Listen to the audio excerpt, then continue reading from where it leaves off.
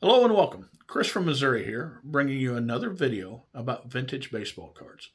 In this video, I'm going to show you some cards, but I did an experiment, and I personally did it just to do a video on to give you guys a peek on how I collect and what I collect and why I kind of do the things that I do. And I'm not going to try to sound like the old guy sitting on the porch just saying I don't understand these people that collect like they do. Because I even say on the end of almost all my videos, hey, it's only a hobby. Collect what you like. So if if you're not having fun doing it, you need to get a hobby. And also, this is a great hobby to be in. It can be an expensive hobby if you let it, but people need a hobby because it's too many of my friends that are a little bit older than me. They work and they just say, "Well, I don't know what I'd do if I wasn't working." So working is basically their hobby, and working is not my hobby. I make money at work so I can have this hobby. So later on, however life goes, I can collect these until I die. So I did an experiment, and I opened up something at my local card shop. I have a great card shop. It's big. It's got more wax in there. But what even makes it better is the people that work there and the owner. They treat me right, and I go in there a lot. I go in there 3 times a week, probably after work. And I waste a little bit of time, and so sometimes I feel like I need to spend money there. So because they treat me good, and I want to support them. So I decided I was going to buy a box, and I was going to whatever that cost, I was going to take the same amount of money to a card show and see what I did there. So kind of like a little social experiment. So what they talked me into is they talked me into buying an Immaculate box, and here's what that looks like. Okay, and inside there's like 5 or 6 hits. They got autographs. They got relic cards. Rookie patch autos, just different things like that. And so it cost $315, which I thought was very reasonable. So when I opened up the boxes, here's what I got. So I'm gonna turn this around and show it to you. So the first thing that I opened up in here is a patch, not an autograph, but it's a numbered patch of Tim McCarver, the old Cardinals catcher and Steve Carlton's personal catcher. The next thing I got, a Gavin Williams patch auto. I don't think that's anything too good so far. I got a great patch of Endy Rodriguez.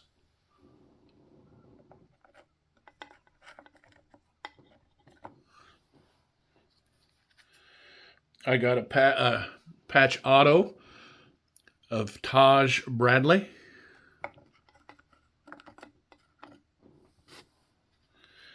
Ooh, I got a redemption card. Now I don't this redemption stuff. I don't really like.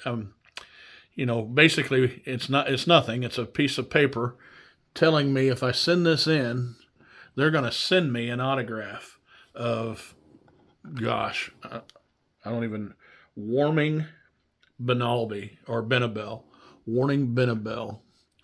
And so I don't like that. I got a Ozzy Albies a couple years ago and sent it in, and I still don't have it back. And then what I think is probably the biggest card of the bunch, and if it's not, somebody that's watching this knows more, tell me. It's an Avon Rodriguez auto. For $315, this is what I got. So when you're looking at it with my old man eyes and brain, I paid $315 for a Tim McCarver relic card, an Avon Rodriguez autograph, and a couple guys I don't know about, and then something I have to mail in. So I seem a little bit disappointed, and if I do seem a little disappointed, it's because I am. And one thing that I don't think I've ever been disappointed at is a card show that I bought and brought home. I picked and brought home the card. Now I might be disappointed of some card shows that I go to that might not have much of something that I want, but I definitely was a little bit disappointed on this $315. So then, remember I was telling you I was going to take the same amount of money to a card show and spend, and I took $315. And I picked up other cards and that's, but these three cards is what the experiment was. I picked up these three cards with 315 separate dollars. And so the first card I picked up, and I picked up this with a buddy of mine. He matter of fact, he bought one too as well. Let me turn this around. Okay, $315. I got the Stan Musial Rawlings card. Now that Rawlings card, that came on the back of a Rawlings box, and the box was holding a brand new baseball glove, and kids would cut this off. So I spent money on this, and I had some money left over.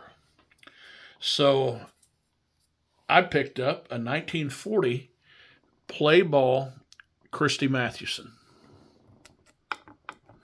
And then I had just a little bit of money left over because I bought that Christy Mathewson, and I paired it up with this Tris speaker.